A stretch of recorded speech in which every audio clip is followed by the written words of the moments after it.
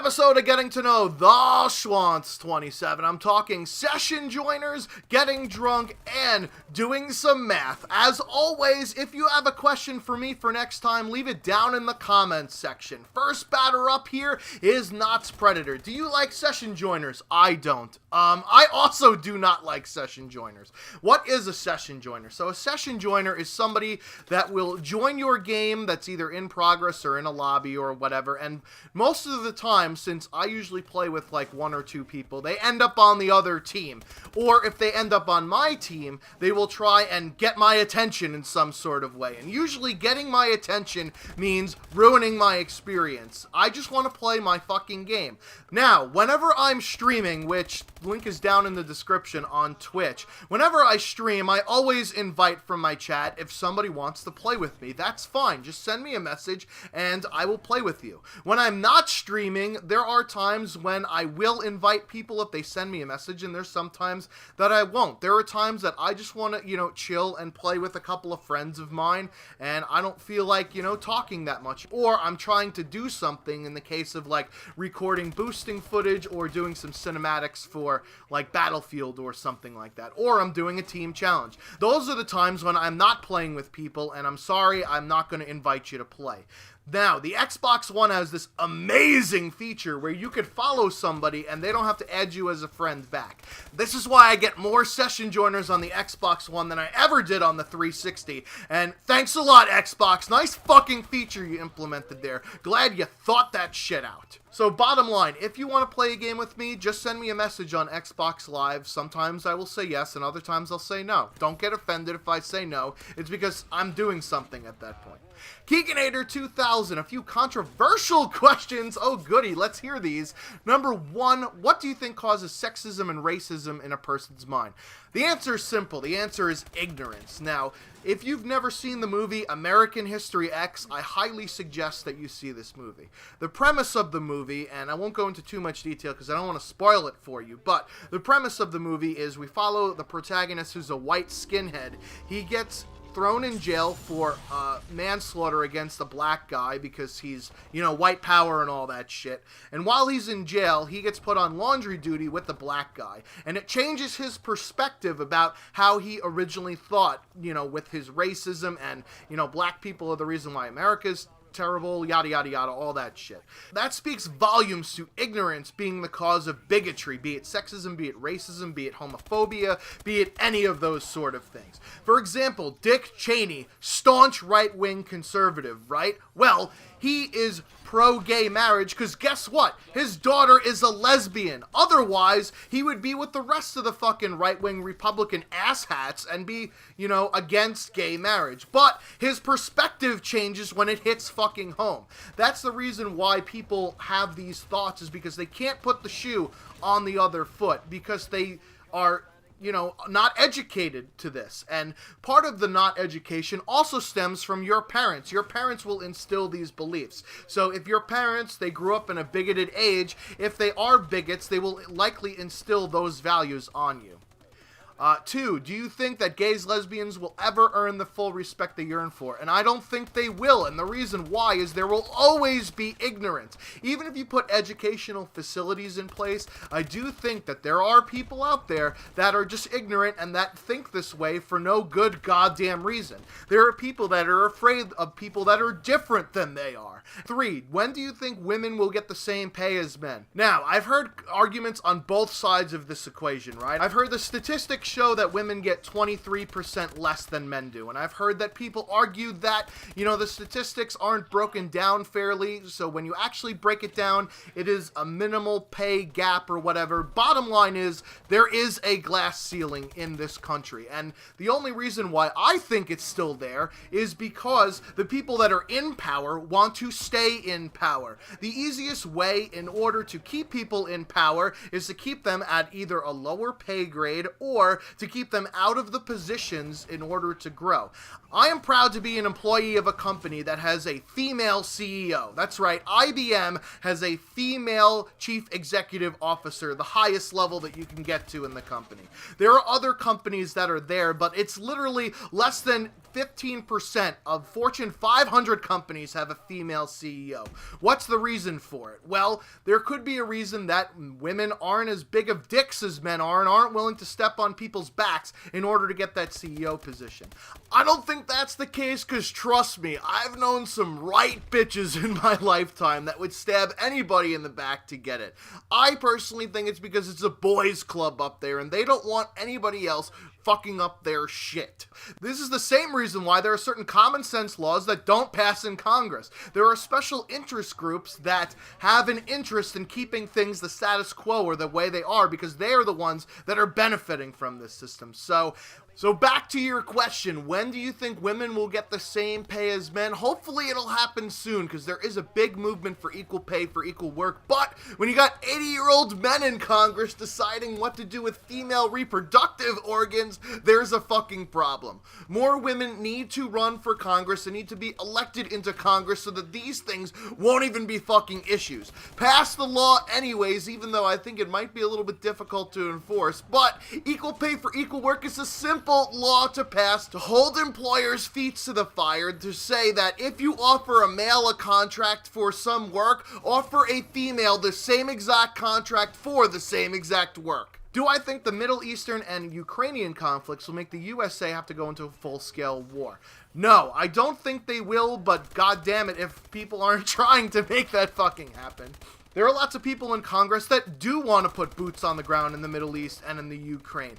How do you think they will be stopped if they do? So the only way I think that people will have a second thought about going into these conflicts and putting boots on the ground is if the president or whoever's in power says, good, if we go into these countries, we must instantiate a draft. And guess what? Your sons and daughters are going to be put into the draft and might be one of the first ones to go. Then lawmakers will have a second take on whether or not they actually want to send people to war. I think a lot of people are very disconnected from the war because they aren't really affected by it, right? We have the yellow ribbons on the trees and support the troops and all that bullshit, but these aren't our sons and daughters and friends and loved ones going off to war. These are volunteers, and in a volunteer army, you will get people that do want to go and just kill shit. Example, Chris Kyle. Right? He wanted to go to war because he loved killing shit. That's the type of people you'll get in the army. But if you have a draft, people will have a second thought about it. I think that people in the Middle East and people in Ukraine need to fight this shit out amongst themselves. They need to have their civil wars, and we, as the United States, need to get the fuck out of it. Now, I know we have interests in certain groups winning certain wars, but honestly, they need to fight it amongst themselves. And lastly, would you rather live in a world with no laws, with minimal crime, but those crimes are very diverse, like rape, murder, robbery, etc., or a world that is filled to the brim with laws and people must get money somehow, like drug selling if they can't get jobs? Give me the former, not the latter. I would rather live in a world with no laws, and here's the reason why.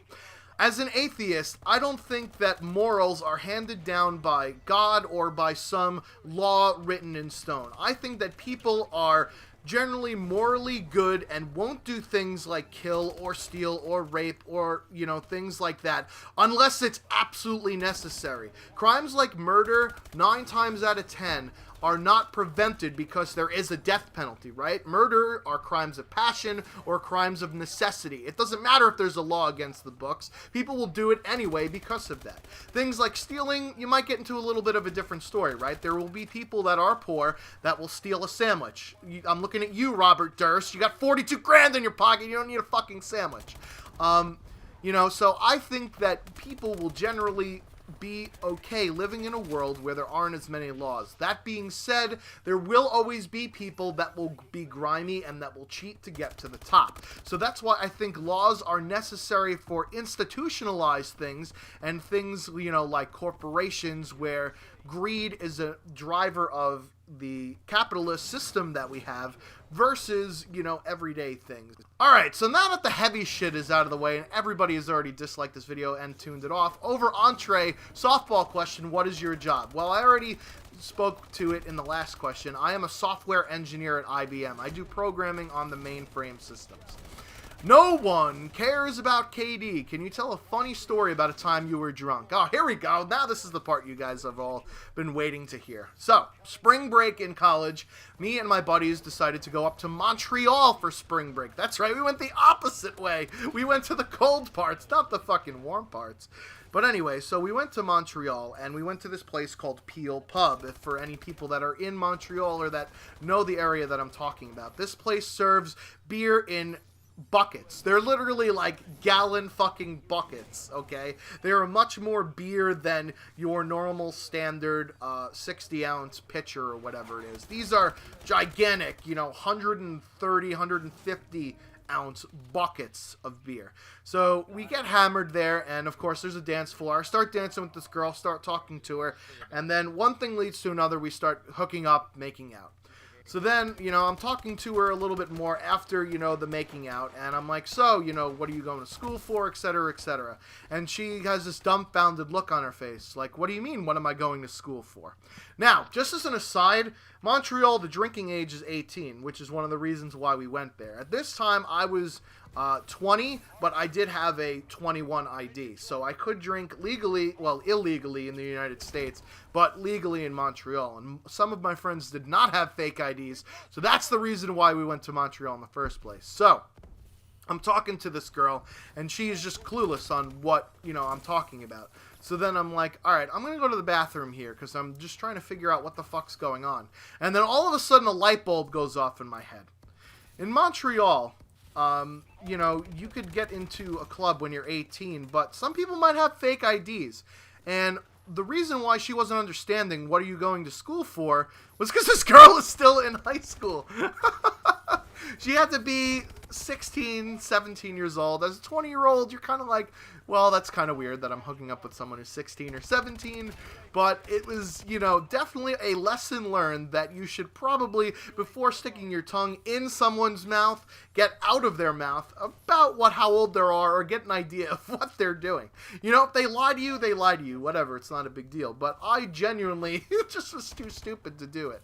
So after we had left that place, I'm like, all right, I've learned my lesson. We went to another place called Winston Churchill's Pub, which is another bar. And me and one of my good buddies were hammered at this point, by the way, and I was pretty drunk in the other place because of the beers. But now we're just absolutely fucking hammered. And we start, you know, looking at these two girls that are just, you know, sitting over there, you know, talking to one another. So I decided to approach them. So I start talking to them in English, and they just look at me like I have 5 heads. So, a little more background. Montreal, most of the people speak both French and English. But there are people that, you know, don't speak any English and are from, you know, the true French Quarters part of Montreal. So, this is what happened with these two girls. They only knew French. Thankfully, my buddy knew French. Or so he said he knew French. So he started talking to them in French, and the girls were just like, your accent is, so, you know, they spoke broken English, really. And they were like, your accent is so terrible that I can't fucking understand you. So then I pull out of my bag of tricks Spanish, because I took Spanish for 4 years in high school and also a couple years in college, so I was pretty well versed in Spanish. One of the other girls also knew Spanish because she was originally from Spain. The other girl that she was there with was from Germany, and they both met in Germany at German school, but they both knew French and Spanish and German. If you're confused by now, I don't fucking blame you. But here's how the conversation went. Me and my buddy talk in English. I speak to one girl in Spanish. They talk to one another in German. Then I get talking back to in Spanish. This was a giant clusterfuck, especially when you're drunk, trying to pronounce words with double R's. Believe me, my tongue was not able to roll those R's like when I was in that fucking state of mind. So, eventually, you know, things go well. We're dancing with them on the dance floor, whatever. The one guy hooks up with the one girl, you know, my friend. I was like, all right, so maybe, you know, we'll go back and hang out or whatever. So I asked, you know, can we come back to your hotel? You know, what's going on? So they say, yeah, it's not a problem. You can come back to our hotel room. However, there are people that might be sleeping there. I'm going to go check up on them first, and if they are, then we'll follow you back to yours. And if not, then in like 5 minutes, call us, and then you guys can come up to the room. I'm like, all right, fine, sweet. What's your phone number? She gives me the phone number, right? So we're sitting outside the hotel. It's been about 5 minutes after we've walked them in. And I'm like, all right, so this could either be good or bad. I don't know. So let's give them a call. So I dial the number that she gives me, and of course it says, please enter the country code, then the number. And I'm like, well, fuck, how do I know what the country code is, right? The girl that I was talking to knew Spanish because she was from Spain, but she met the girl in Germany, and we're here in Canada, in Montreal, and I'm from the United States. Fuck, what fucking country code is it? I tried all of the relevant country codes, and of course, none of them worked. So that either means, one, I got a fake number, or two, I'm just an idiot and forgot to ask them about country codes. So, unfortunately, at 5 a.m., we were then walking back to our hotel, but not before we stumbled into a McDonald's, where I ordered a Mick Parlez-vous Français, because I was so drunk, I forgot the word Mick Poulet. I knew it began with P, but I didn't remember, like, the rest of it. Thank God the person behind the counter just laughed and was like, just talk to me in English, man. So that was my Montreal drunken excursion trip. Cultivated Simpleton. Would you rather massage Glenn Schofield's gluteus maximus, or breathe into Mark Rubin's ass, or marry Vonderhaar?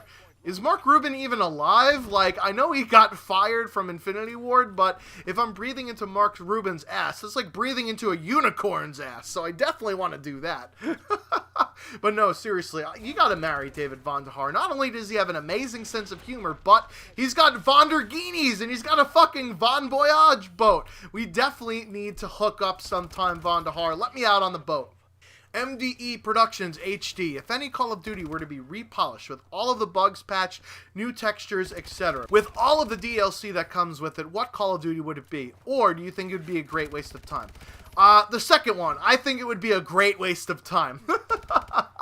Obviously, there's the Modern Warfare 2 petition that's been going around, and if you tuned into LADCOM Podcast 79, you already know my thoughts about the whole entire thing, but I don't think remastering Call of Duty is a good idea. It would be cool to play MW2 without the one-man army and, you know, with something else instead of Commando and things like that, but honestly, you're never going to get that feeling of the first time you ever heard, like, enemy AC-130 above! That's never going to happen ever again, and people want to feel nostalgic and go back to it to rekindle that spirit, but that feeling of that, you know, first time that ever happens, or the first time you hear the nuke countdown, it's not going to happen. That ship has sailed. Lunan Rims, out of 10, how well did Call of Duty Ghosts function? I feel it was the best functioning game in the series, but missed the gameplay.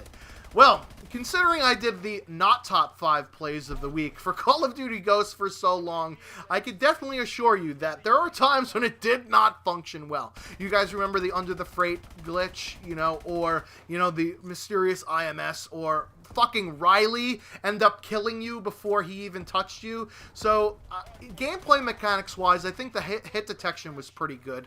I like the sliding mechanic. The lean mechanic was fucking dumb. The knifing mechanic was completely fucking broken. So that's why I don't think it was the best functioning game. The knife mechanic absolutely destroyed that game for me in a lot of different times where you would get panic knifed. So I would have to give it like maybe a 6 out of 10. Better than a lot of games, but still not as good as, you know, the original Modern Warfare series, in my opinion. Lightbound, what would you like to see in Titanfall 2? And if it came out, what platform would you get it on? Probably get it on the Xbox One, because I have to keep feeding the VCR. What would I like to see in Titanfall 2? I would like to see them just have more casual depth added to the game. By that, I mean throw in a few more guns of each, you know, type. For example, the shotgun. There was a semi-automatic shotgun. I feel you could also have a pump-action shotgun, and you could also have a slug shotgun, or slug pump-action shotgun. Those could be 3 shotguns in the game. For assault rifles, you already have the semi-automatic, the burst, and the, you know, fully automatic. I think you could do a fully automatic with high recoil and high damage, and I also think you could do more of a burst rifle that you could also put, like, you know, different attachments onto. I think you could do a few more things with some of the guns. Now, I don't want redundant variety like, you know, in Battlefield 4 where there's 1,000 fucking assault rifles, but really there's only like 3 or 4 main categories, right? There's like the burst assault rifles, there's the fully automatic that don't have much recoil but don't do much damage, the fully automatic that have a lot of recoil, high rate of fire, high damage, and then there is, you know, the middle of the road kind of guys. So you don't need that much variety, but I think that the first game was a little bit too bare bones on the side of things. Put in some more, you know, tactical abilities, put in some more kits, put in some more Titan chassis too as well. That would be cool to have. Put in some, you know, do things like, little things like that. I mean, I don't like camos, but I know people like camos and insignias, so let them do challenges to get insignias or different camos as well. The other thing I'd like to see is more maps designed that reward players that use the parkour system. The parkour system is much higher skilled than people that just run around on the ground and shoot people. Reward players that have higher skill and that play the objective better. That, I think, are the two main things that I want to see in the next Titanfall game. And have I ever thought about playing games like Dota, League of Legends, or Hearthstone? No, no, and no. What's your opinion on those games? League of Legends, not my thing. Hearthstone, I used to play Magic the Gathering when I was in middle school, which is kind of like what Hearthstone is. It's kind of like a game like that, but I don't have the time to, like, go through decks and memorize what the best combinations and shit like that is. I just don't feel like doing that, you know, at my age. When I was younger, it was cool, but, you know, Hearthstone is just not my thing. The Timon asks, I would like to see cross-platform in Call of Duty where you could play against people on all platforms if they could somehow manage. Do you think you'd like to be playing against some PC Master Race people while yourself on Xbox/PlayStation? Cross-platform is coming in the form of Windows 10, right? Whether or not shooter games will be cross-platform is a different story, and I think they need to pick and choose which shooter games are on which platforms. We went over this in the most recent LagCon podcast, so if you want a lot of detail about it, you could go listen to it there. I do think that cross-platform would help both Xbox and PC in terms of grafting communities together. Nothing kills shooter games faster than having a small community on it, right? Like Titanfall pretty much died out because nobody really plays it that often. If more people played it and more people played certain game modes, I think the game would have better longevity. And the reason why Call of Duty isn't that big on PC is because people only play Team Deathmatch, so that's why there's only a couple of thousand people that play it. If the PC crowd would get together with the Xbox community, then they would have players playing in all different playlists, and you'd have an even bigger, larger fan base of PC players to tap into. I do think, however, in certain games, like for example CSGO, it would be extremely detrimental and not even worth playing on console against people that are playing CSGO. That game focuses extremely on accuracy and on pixel point shooting versus a game like Call of Duty or Battlefield where it's mostly hit scan or projectile and you have to shoot around a hitbox, if you will. Versus CSGO, you have to hit certain pixels to get register as a headshot, register as, you know, this, that, or the other thing. But to answer your question, I would like to play against some PC Master Race people, but I already know that they have the advantage with the precision of a keyboard and mouse. Do I have a Wii U? No, I do not. And if you do you have Super Smash Brothers and like it? No, and no, and no, and no. I'm not a Smash Brothers guy. I had it for the GameCube. It's okay. It's not really, you know, that great of a fighting game, to be honest with you. Like, I much prefer the Mortal Kombats or the Killer Instincts or the Street Fighters of the world versus the Super Smash Brothers. And I have an original Wii that barely gets any use. Zahid Chavez, do you recommend the Xbox One? Absolutely not. Actually, no. My actual opinion is if you get it now at $350 without the Kinect, it's not terrible. It's not great, but it's also not terrible. The system has some quirks that need to be worked out, and I think it's because the hardware is fucking terrible. Lots of things load slow, like a lot of the different menus load very slowly. The graphical capacity is diminished compared to a PS4 or a PC. And additionally, the user interface is fucking terrible.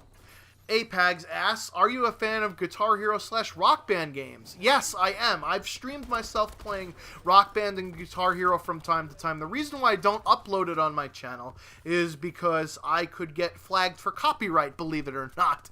Even though the game is got original songs on it, they are licensed to the game. However, they are not licensed for rebroadcasting. So that's why my buddy Chaos Lord David had to create a second channel that's dedicated only to Guitar Hero games. I'll leave it down in the description in case you like watching that shit. He's the best I've ever seen at Guitar Hero for guitar. And if so, would I get one for the VCR? There actually is a Rock Band 4 coming out for the now-gen console, so I will most likely get the Rock Band 4 for the Xbox One.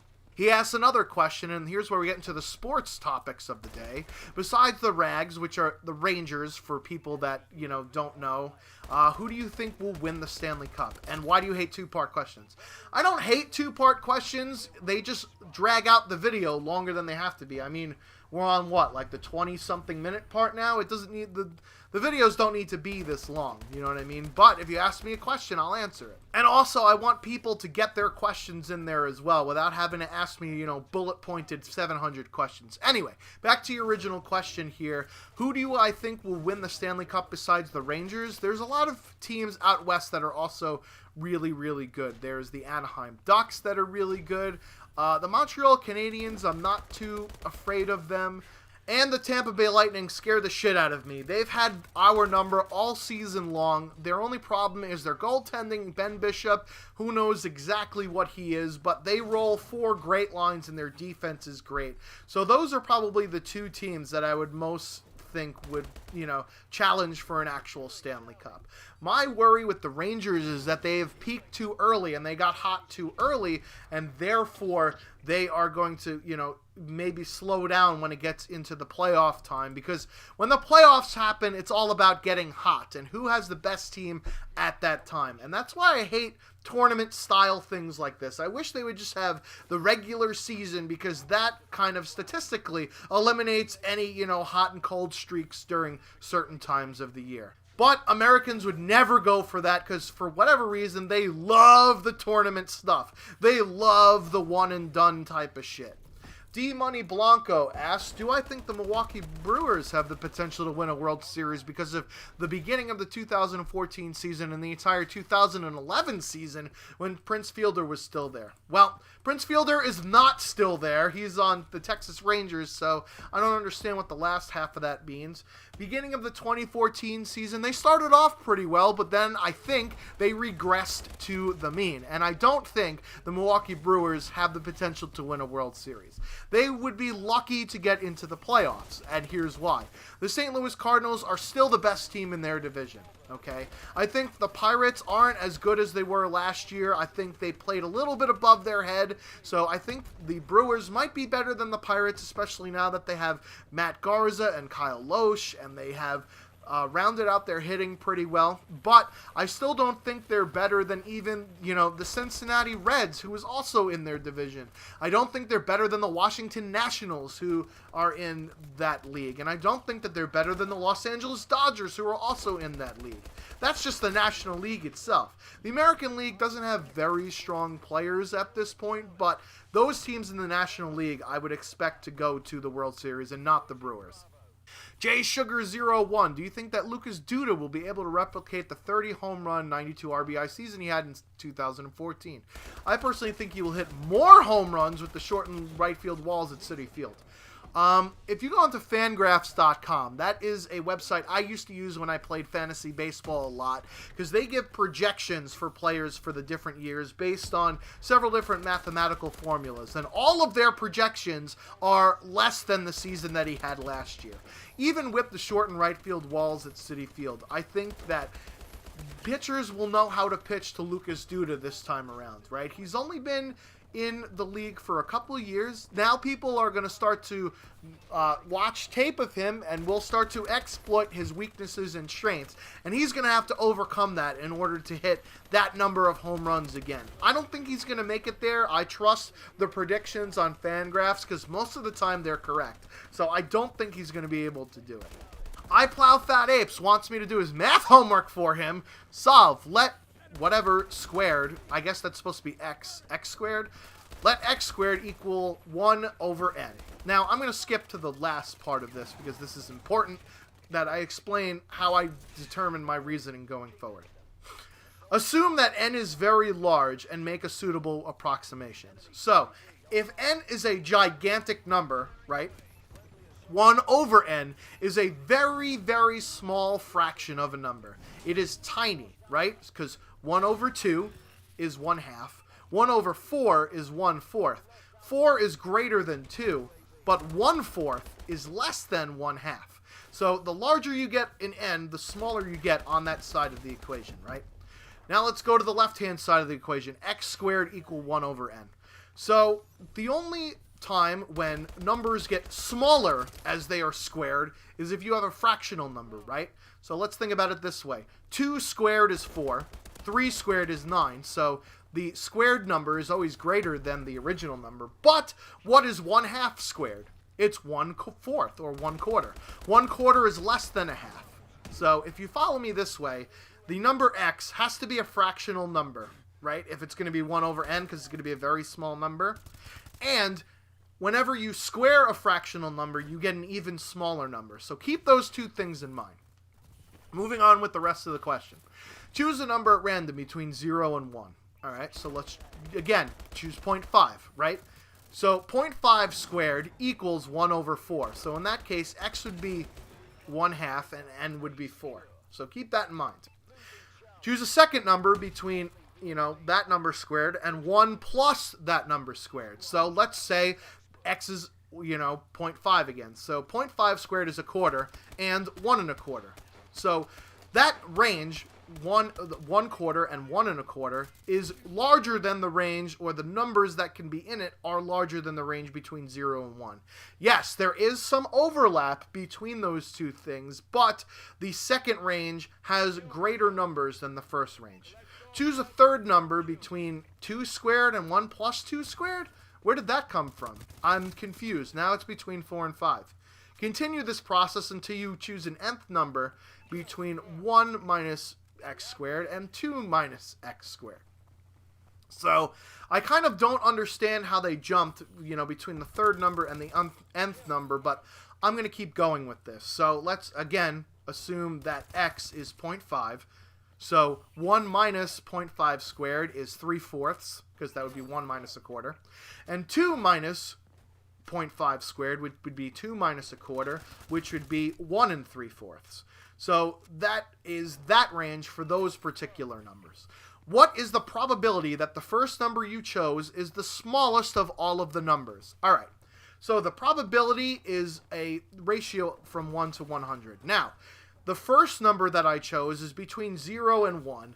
The nth number that you choose is between, as I said, 3/4. Let's just do this example. And whatever the other one was, 1 3/4.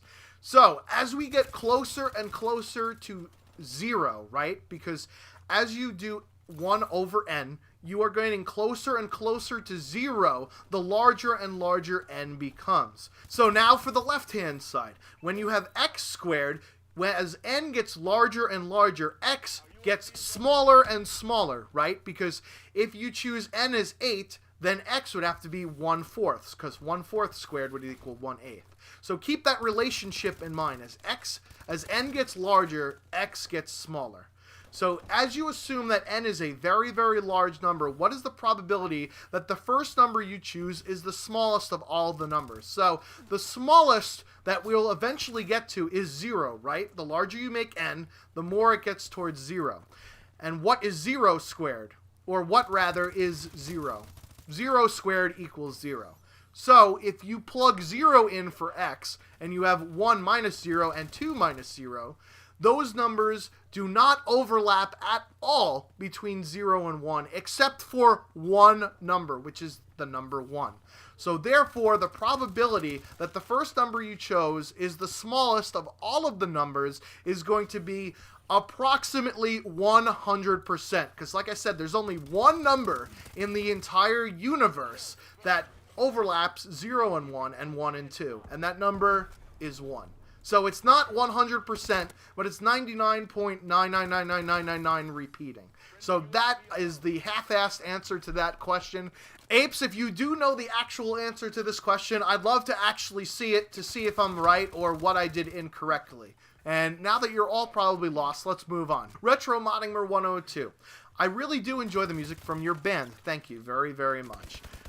They are one of my favorite bands ever. They only have 11 songs. They all have such a good style, and I hope we become successful. That is appreciated. Where do you see you guys in the future? What songs do you have planned, album ideas, music style, etc., etc., etc.? So, future things about the band. As of now, we haven't really practiced together in a long time. So, about like 8 or 9 months. We haven't really practiced at all. So, we haven't really kept in contact very much either. I mean, we will talk every once in a while over Facebook, but we haven't organized or planned for a practice at all. So as of right now, the band is kind of stalled out, but the reason for it is we're all busy people, right? Doing this YouTube hobby takes up a lot of my time, and it's time that I could be spending with the band, but I don't just have that time anymore. It's just unfortunate, that's the way it is. We do have a lot of songs, new songs, that we haven't yet recorded. Some of them we've rough-tracked. You've heard some of them before in one of my monthly montages. If you want to go back to it, I will link a couple of them down in the description. They're kind of rough tracks as to what they are. You know, they have lyrics and everything on them, but we haven't actually recorded them. Personally, I would like to record these songs just to have them for posterity, but do I see us as being like a gigging band and getting big and all that stuff? Not really, not at all. I just like playing music, and I like recording music, and I like listening to the songs and the outcome. While playing live is fun, it also is very time consuming because you have to practice a lot in order to nail your songs when you play them live. And I honestly don't think we have the time anymore to have a grueling practice schedule like that. So I don't think we are going to be doing that many live shows, although I'm sure we'll do shows here and there in the future. But for me, I foresee us as recording songs that we enjoy and that we come up with and that we create. Last and certainly not least, Pan with a 3-part question. You used to watch wrestling, and I was wondering, which wrestler back in the day do you believe have it all? Mic work, selling moves, gimmick, not breaking kayfabe, etc., etc. You know, I like Bret the Hitman Hart. What can I say? I think he was very good at all of these different things. Shawn Michaels was also really good at all of these different things as well. There are lots of wrestlers that I really liked, but they didn't have great mic work. For example, Mick Foley was not really great on the mic. The Undertaker, not really great on the mic, if you will. You know, and then there were other wrestlers that just were very popular, but they were actually terrible when it came down to it. You know, like Hulk Hogan was not a great wrestler. He was just a fan favorite, and he's good at what he did. Macho Man Randy Savage, I would also rope into here. Great mic work. One of the best interviewers of all time. Had a great gimmick with even doing the Macho King Randy Savage, where, you know, they would carry him out to the ring on like a throne and shit like that. The problem with him is that his wrestler persona was too lifelike. I heard that he was jealous of people all the time, so maybe his gimmick wasn't exactly a gimmick, it was how he actually was. So those are who I would say. Number 2, best music entertainers of all time. He cites Queen in here because their live performances were great. I love Iron Maiden. Iron Maiden, to me, puts on amazing live shows. Bruce Dickinson is great the way that he runs around and does all of these crazy things. And then, you know, the show that they put on is also amazing. I also got the chance to see Iced Earth, which is an amazing metal band. And they sound better than they do on the album, or very, very close to it. And it's extremely rare that you can get people that could reproduce album-like sound. For me, and I know this might sound like hypocritical since I'm a musician myself, I don't really like live albums. Most live albums, you know, I like the polished sound of the studio. I'm not a huge fan of a live album. So that's why I would say probably Iron Maiden fits this bill, because they put on a great show, and they sound amazing as well. Number 3, other than marrying your wife, what is the best moment of my life? Ooh, I rhymed. Yes, you did.